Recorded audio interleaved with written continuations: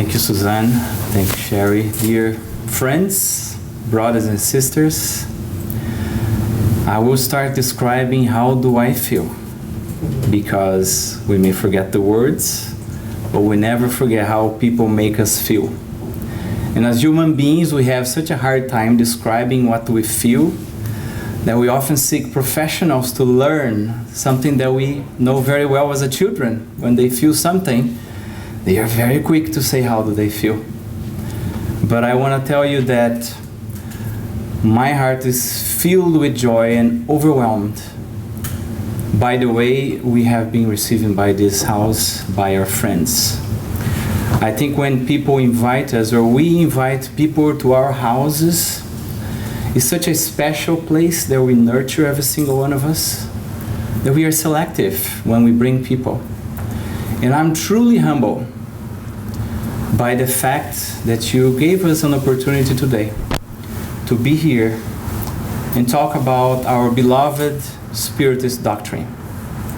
Talk about the essence of the Spiritist doctrine, which is, at the end, a reminder to ourselves about the gospel of Jesus. And some people, some who may be watching us and who don't know very much about Spiritism may say, wait a minute, we are talking about the Epistles of Paul to Timothy. Are we talking about the Old Testament, the New Testament, the Holy Bible? Yes, because there's no Spiritism, there's no Spiritist doctrine without Jesus. And it's important that we know that. And I love when Haroldo explains that in a very simple manner. He says that the gospel of Jesus, or the Spiritist doctrine, it's like a post-it note, one of those that we put on our fridges at home, or we write and put in our computer to remind us of something that we know we have to do, or do we know already. That's why it feels familiar when we open the gospel, when we open the Spiritist book, when we read Allan Kardec or Chico Xavier. It touches our hearts, it touches our conscience. And the work of the Spiritist doctrine, the work of Jesus, was to bring that back to us, was to remind us of something that we know, something that is written in our conscience. As Allan Kardec very well asked the spirits, right? Where is the law of God? Is it in a piece of paper? Is it in a book? No, it's in our conscience. And that's why when we do something wrong, or we do something right, we know. We know that we are doing something right, or we know that we are doing something wrong. That's our conscience.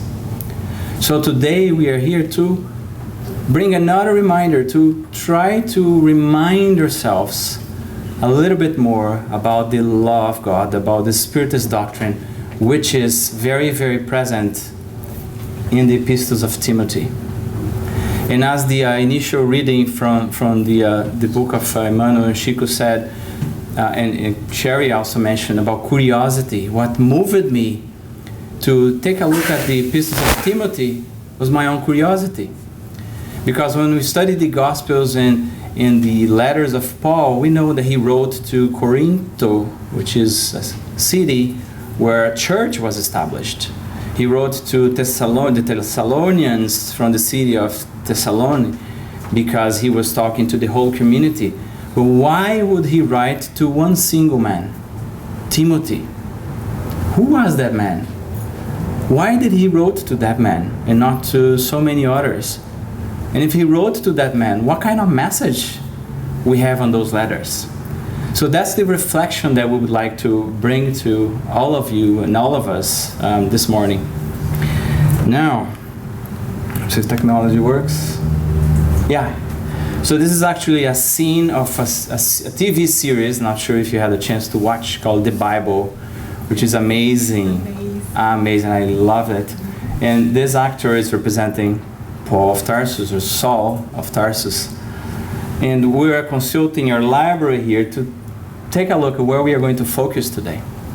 So these are all the books from the Old Testament, from the New Testament, and we as Spiritists we actually study them. It's part of our core bibliography, right, to study them. And we can see that Paul wrote 13 letters, not only those 2 from Timothy, which we are going to focus today, but he wrote 13 of them. He is actually, if we look at all those who wrote, all those, like Moses, who is the one who wrote the most extensive work on the Old Testament, Paul is between the top 5 between Old Testament and New Testament, right? And what is interesting here is Paul always had a concern that the gospel of Jesus would be forgotten over time if it was kept only among the Jewish community. And that's why he was brave enough to discuss with all the other disciples and challenge that mindset, and decided to take the message out of the Jewish community, right? And that's what he did. That's why we are going to see an amazing journey before we get into the details, some of the details of the epistles to Timothy. And just as a little setting expectations over here, there's no way that we can study all that in a few minutes, 40, 35, 45 minutes. So we are going to give a little bit of an overview. And what we hope that by the end of our conversation here, we'll have some Q&A as well. But what we hope is that this breaks down some paradigms that we have with the Gospels, that we shouldn't study them because they are too complicated. Or, if no one have ever had a chance to read one of those books of the Gospel, that we had a first contact, and hopefully will spark some interesting as well to know more about the story of Paul of Tarsus, which is an amazing story. And I'll do a little advertisement here, shameless advertisement. If you never read this book, Paul and Stephen, and I'm sure we'll have on the library here for you to borrow or to buy, encourage you to do so. It's an amazing story, not only about Paul, but about Christianity on the time of Jesus. And again, as Haroldo says, the story of Paul is a little bit of the story of every single one of us.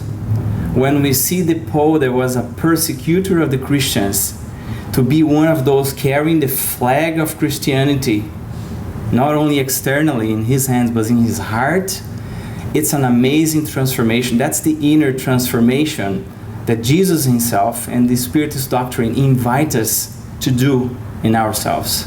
So that's why it feels like our own story, considering the proportions between Paul and us, obviously. So I'm going to use a device that I don't know if you had here. So the Conscious Living Time Travel Machine. So we are going back 2,000 years ago. And this is an amazing journey because it describes, it may be a bit hard for you to see from the back, and I apologize for that. But the arrows and the road map here describes actually the 4 main journeys that Paul took over. And you can see that clearly in the book that we just mentioned, when he decided to go out of the Jewish community and go after the Gentiles. So the Gentiles is a terminology basic to say to the non-Jewish communities that still have Roman traditions and worshiping multiple gods, right? Some were atheists, many never heard about Jesus at all, and many were not even Jewish. So when he went after all those communities, and there are researchers today that try to do the math, maybe using Google Maps or something, how much did he travel? And he didn't have cars or planes. It was by land, by foot, or by sea. It's about 25,000 kilometers, right? So over a period of about 10 years. And every single place that Paul stopped, not every single, but most of those places, he established a church. But not a church as we often think, right? Of, the different religions that we had and the temples. Church is, at the end, a community, a group of people, like this one. We could call it a Spiritist church. Why not? Right? It comes from the Greek ecclesia, which is a groupement of people. So whenever he stopped, in most of the cities, he formed an groupement of people. In many cases, in their own houses. Like we have our gospel at home in our houses, he started those groups and people gather studying until they actually open up their doors for the community. And in most of the places, he was not that well received as we were here. He was often paid after the lecture. I'm going to see to the end here. But he was often stoned, beaten, and after he was completely exhausted and maybe pass out, they would take his body and throw into the garbage dump. So that's how he was received in many places. So let's give a little bit of a context for us here then. Where did he meet Timothy? And who was Timothy? So in a city called Iconium, he was actually preaching the gospel in a synagogue. He was talking about Jesus to the Jewish people over there. And some listened, but many didn't. So it was the first journey, maybe some of the first places that he stopped, and he was beaten so badly, him and Barnabas, his companion. And the two of them were almost dead. And they met a man called Onesiphorus. And the man was the one that opened up his doors for them to establish a church in the city of Iconium. And the man saw how bad shape they were, and they said, "You gotta leave the city, otherwise you'll be dead in no time."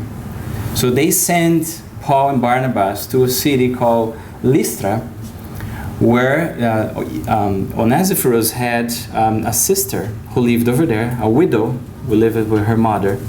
And he said, "Go there and tell them that I'm sending you." And so they went. They traveled, crippled and having a really hard time. And they got to the house and they said, Onesiphorus sent us. And immediately they opened up their doors. It's like someone over here, saying, "I'll go in X town city and say that Suzanne sent or Marcellus," and everyone knows, right? So they open up their doors. And they were a very faithful Jewish family. And Paul, whenever he went, he always wanted to avoid being a burden to the community. So he always worked, right? Doing sandals or tents. And at this time, first thing he asked, "Where's the market? I want to go and sell my stuff." They said, No. You can barely walk, so you're going to stay here. And they stayed there for 3 days, resting their bodies, recovering. And on the first night, to his surprise, he saw a young man called Timothy of just 13 years old, teenager, which was son of Eunice, grandson of Lloyd. And at the end of the day, they gathered as a family, and he brought actually these scriptures, the Old Testament, written by Moses, and they gathered together like a gospel at home that most of us probably know. And then Timothy read, and they had a conversation about it. And at the very end, they opened up for Paul to talk or say something, make his own comments. And that was the first time they heard about Jesus and the gospel. And they were marveled, and they were flabbergasted.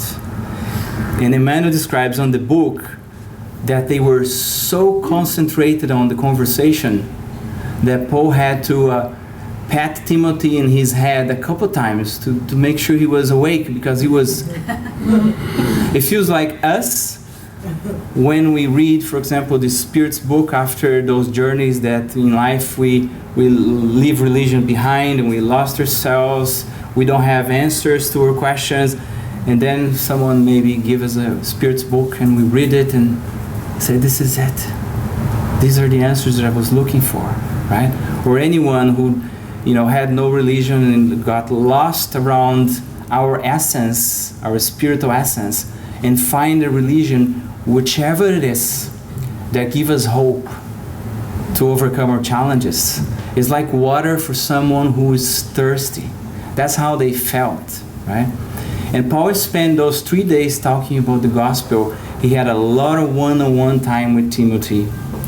And then he said, wow, it's time to get back to work. Where is the square? Where is the place where people gather? We want to go out and talk to them about the gospel. So there he went with Barnabas. And they started to talk about gospel and preaching. And a couple of sick people came to them asking for help. And they managed to cure some of them, as Jesus often would do. It's like the healing passes that we have in the Spirit Center, right? They managed to cure some of them. And everyone was impressed. And they thought they were gods. They said, this is Jupiter and Mercury, and they carry them, and they start to parade across the city. And Paul, no, I'm not a god, stop. And everyone was disappointed. And so if you're not gods and you're curing people, what can you be? Witchcraft, sorcerers, right? And then the leaders of the community decided to consult with the other cities around. If they met those guys, they pick up their phones. No, they didn't have phones at that time. They went to their Facebooks. No, there was no Facebook as well. So they sent their messengers.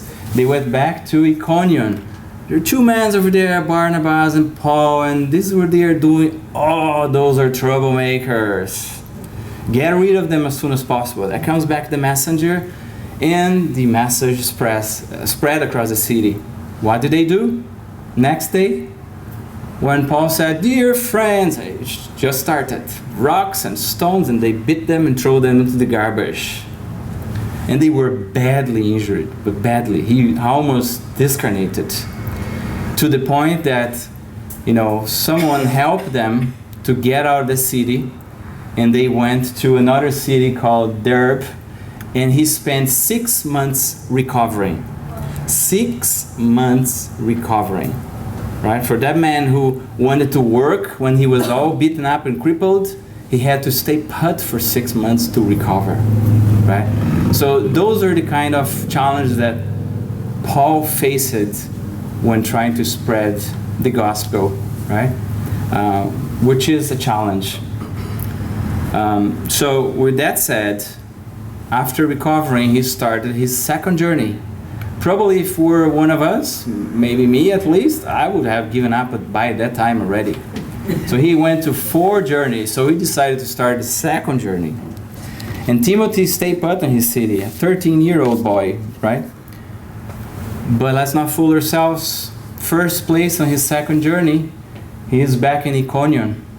And he invited Timothy to follow him. And now let's think about that mother and that grandmother, seeing how much they have suffered and being beaten up, to tell their son and grandson, go ahead and follow them, you'll be fine. Right? They have to be a lot of faith. And Paul as well. But it's impressive that we're talking about a teenager here. Let's say it took a year for him to go back there, 14 years old. And so went Timothy. And Timothy became his apprentice, his disciple, his friend. And Paul often called him his beloved son. And in numerous books of numerous letters from Paul, he always refers to Timothy. So no wonder he wrote 2 letters to him. Now the interesting thing for us to look at those letters is actually many of that calls very close to our hearts, are messages that apply to us, such as the one that we just read at the very beginning here. When Paul said, be careful what you talk, right? And I'm incorporating that right now to make sure I speak something useful. We don't waste everyone's time, right? Or in the grocery store, what are we talking to people? What are we saying to people? It's stuff that we should leave not only in the church, within the spiritual center, but especially when we get back home, right? To our relatives, when we go to work, when we are at the bus stop, when the bank line, waiting for a turn. That's the place where all those teachings should come to life and give us the strength to do the right thing. All right? So, moving forward here, let's take a quick look at the first Timothy. And we are just bringing a few snippets of information, some of the passages And we appreciate how much the works of Chico Xavier and Emmanuel are precious to us. Because what Emmanuel does, as we saw at the very beginning, he picked one passage, one versicle. And one versicle actually could be a week of studies here in the Conscious Living. Could be a lecture easily, or a week of studies, because there's so much content. And people even say today that, Spiritism needs to be updated. The Gospels are not up to date with our reality anymore. Therefore, there is better things to study. We couldn't understand the Gospel yet. We are trying to live it. Like Allan Kardec, we are trying to understand the works of Allan Kardec and Chico Xavier. Maybe by the day that we can say with our full mouths, we live it, then show us something better. Show us what's next. We're not there yet, right? So, in which circumstances the first letter of Timothy was actually written? So, Paul was actually in prison a couple times during his life, and right after the first time he was imprisoned by the authorities because of his ideas, right? Even sparked by the criticism of the Jewish community. They went to the authorities and said, that man is causing trouble, put him behind the bars. After one of these times, he called Timothy to come to him, and they traveled to different cities. And there was one church particularly on his second journey.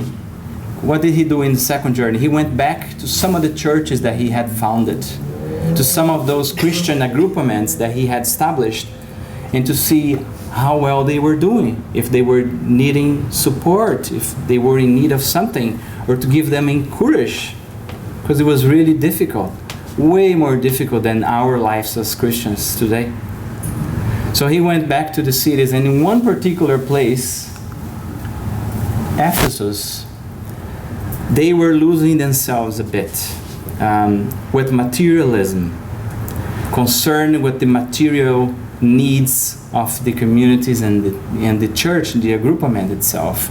They were diverging from the gospel and trying to mix the gospel with their old-fashioned way of incorporating the other gods and etc. So they were mixing things up. And when Paul stopped at that city, he thought, we need someone to stay here and help them to be on track, to clarify things. But he had so much to do. There were people often writing to Paul, saying, we need you here. This and this is happening, and we need you to come back and remind us. So he decided to leave the young Timothy in charge of this agrupament, a 14-year-old boy. And he went to Macedonia very far and left him there for actually a couple of years in that church. But his heart and mind and spirit was always there with Timothy, concerned with him. How well he is doing with a group of elders that wants to follow things in their own way. They have their materialistic ideas. They are going away from the message of the Master. How a 14-year-old boy will help that church to remain faithful to the ideas of Jesus. And that's when he wrote to Timothy. And we are going to see just a few bits of information so we can understand the content of it. Right? The first one that I want you to take a look is actually this one. So do not let people look down on you because you were young, but set an example for the believers in speech, in conduct, in love, in faith, in purity. Right? So, and that happens very often when we are young, or when we are young for a little bit a longer time, which is my case. I have been younger for longer. That's what I say.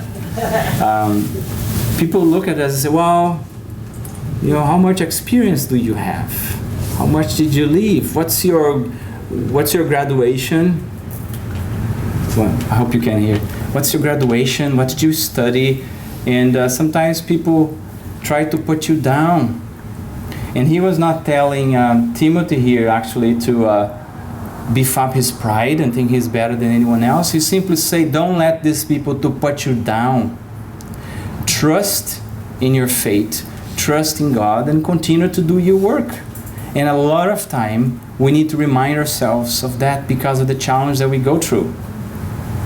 At work, we all have values, right? Personal values beyond religion.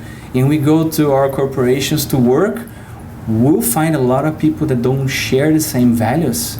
And that's where it's so important for us to understand what are those values and stay true to them, no matter what. Even if we are criticized or stoned from an ideology perspective, we gotta stay true to who we are. Within the Spirit Center, it's also difficult. It's not easy. Everyone is learning. That's why we live in a society and family, so we can learn from each other. And there's conflicts all the time, but it's important that we remain true to our beliefs, to our values, and we respect the values of others, because everyone has their own free will, right? So that was the main message here. And then, how do you help people around you on these circumstances? The only way is remain true to your beliefs and set the example, because the words are empty. It's the easiest thing in the world, for more than people say that public speaking, people fear public speaking more than death. But be here talking, it's the easiest thing ever. When we are actually alone in our day-to-day, with us in our conscience and the good spirits around us, they see everything which is in our hearts and minds, that is when the tires meet the road, as they say, right? That's when we are testing ourselves as Christians. Being a Christian is not something for the churches.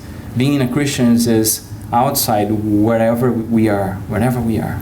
So that's the message from Paul, right? Be consistent in your speech, what you do with your faith. And forgive me, but I'm just giving a snippet. I have to move. Do not neglect your gift. We all have gifts. For more that we say, you know, I'm not good in painting. I don't know how to fish.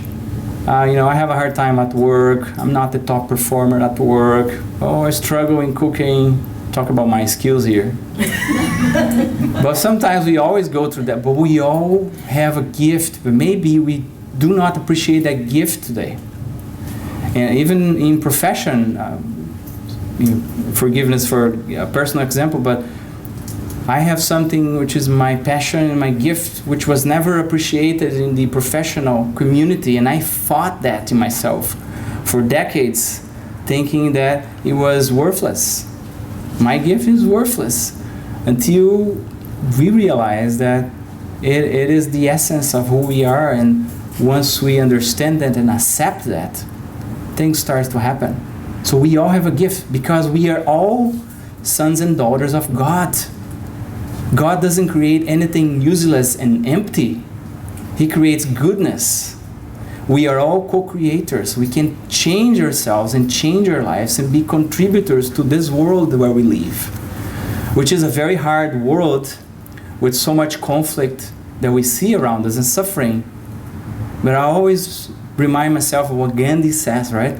Be the change you wish to see in the world. We can change the world by changing ourselves, by appreciating who we are, in essence, by accepting that we are not perfect. No one here.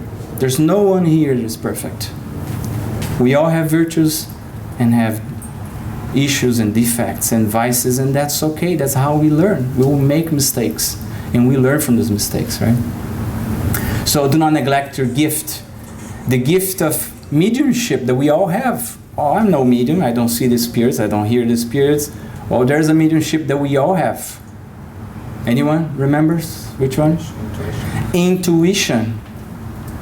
It may be a silly thing for some. So, you know what? I'm not driving that way today. I feel like calling someone today.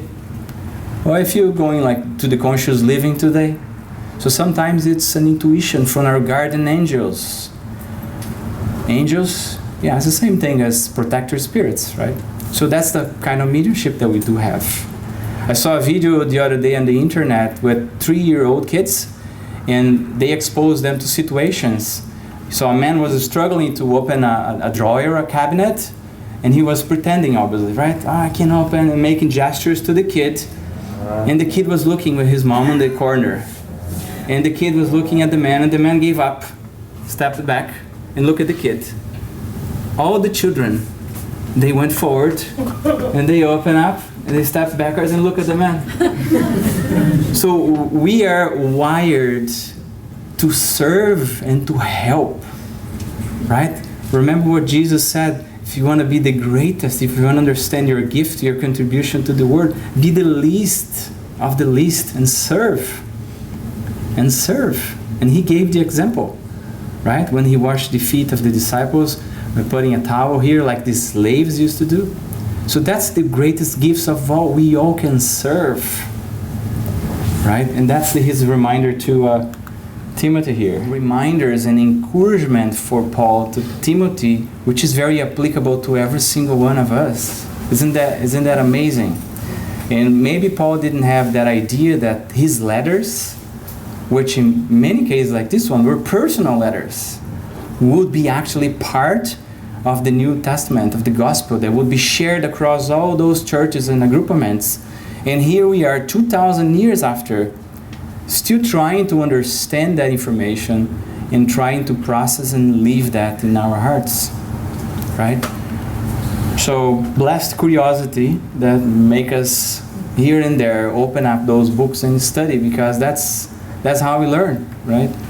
And sometimes among the Spiritists, that's the moment that we are going to study, when we have a lecture and we have to study and prepare. That's how it is in many cases. So maybe I'll skip a few here.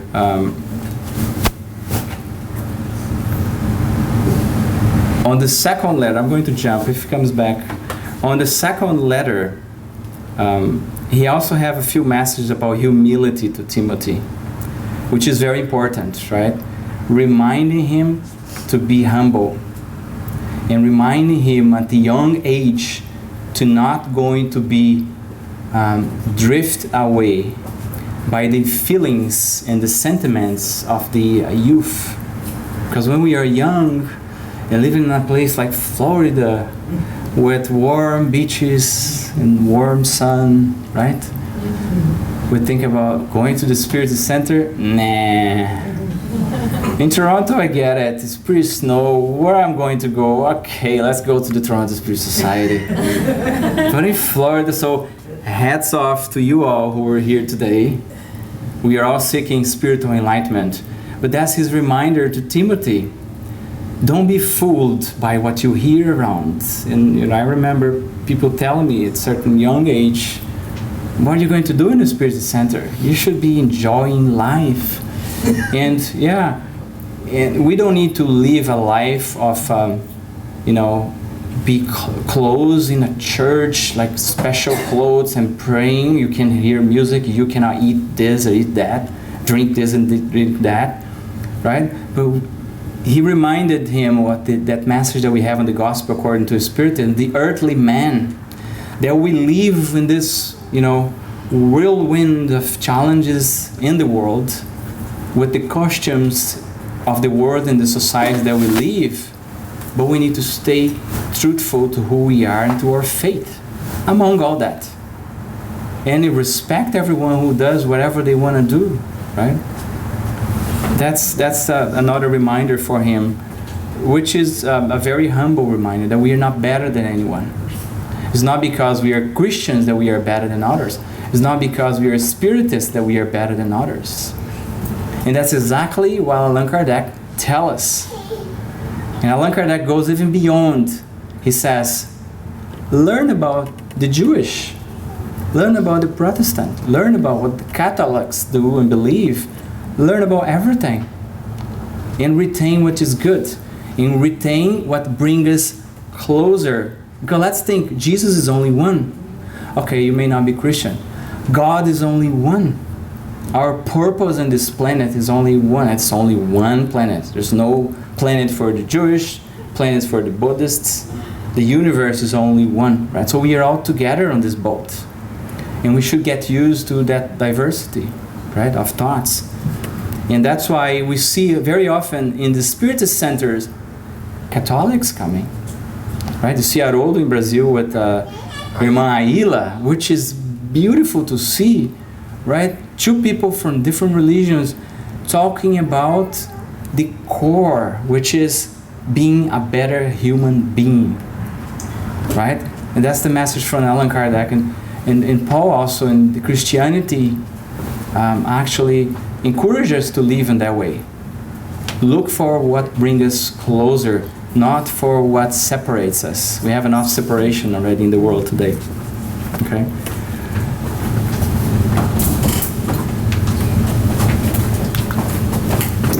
So it was time for the projector. It's okay.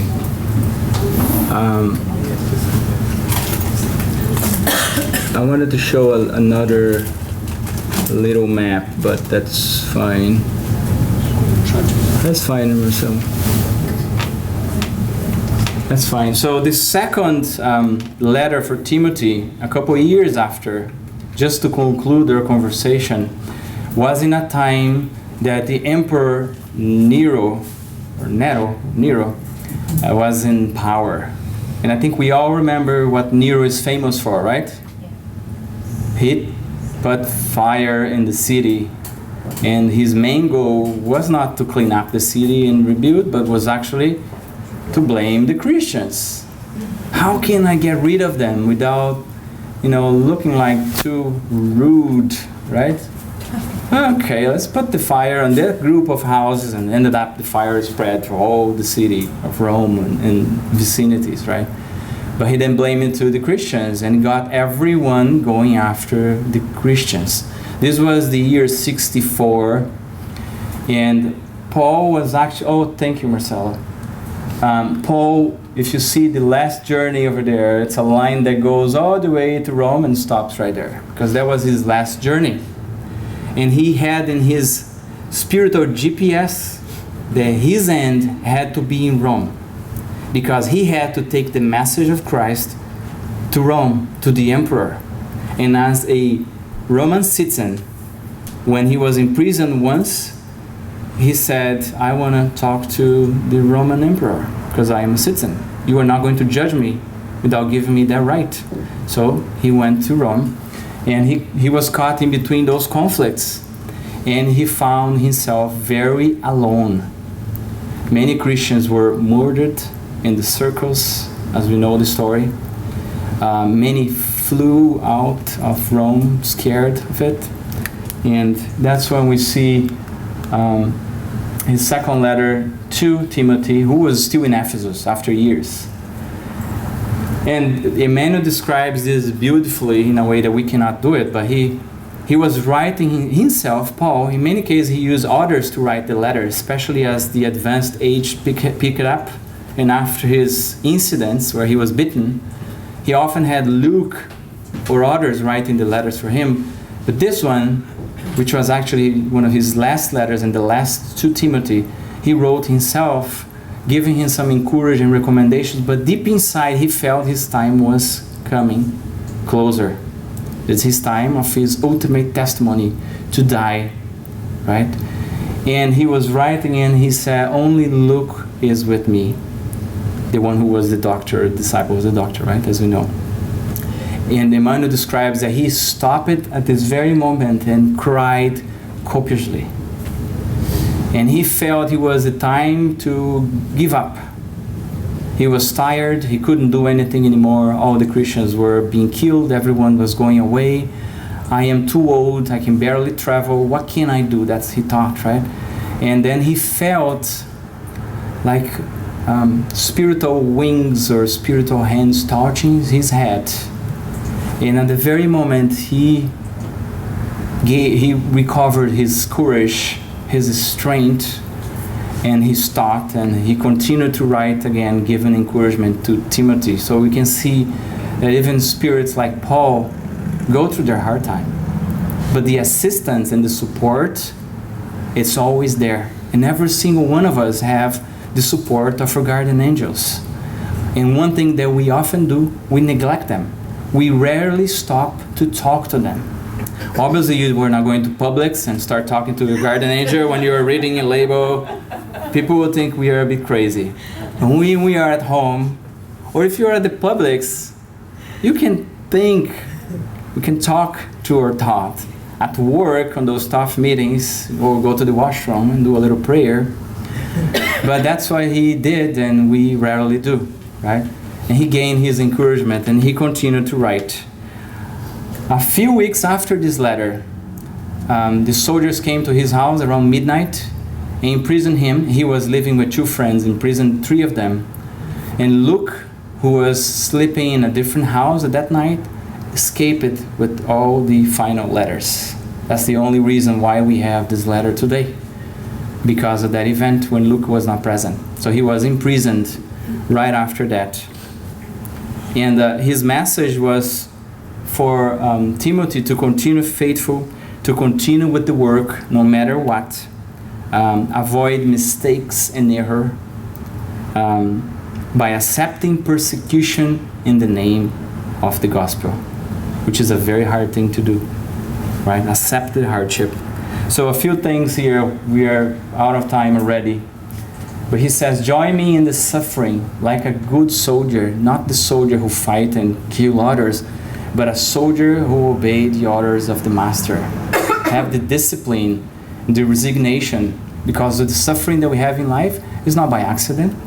It's not because God doesn't love us and wants to see us down. It's a consequence of our choices from the past or from the present, and are actually lessons for us to be better, to learn from them and move on. Like the school, they don't have tests for see the kids to fail and laugh at them. The tests are to test how much they are learning and to see them growing, right? So are the hardships in life. He also says, be concerned with what your commanding officer thinks about you. Don't be concerned with the others think about you. Imagine that young man on that community of elders criticizing and challenging him. He said, just have peace of mind and continue to do your work.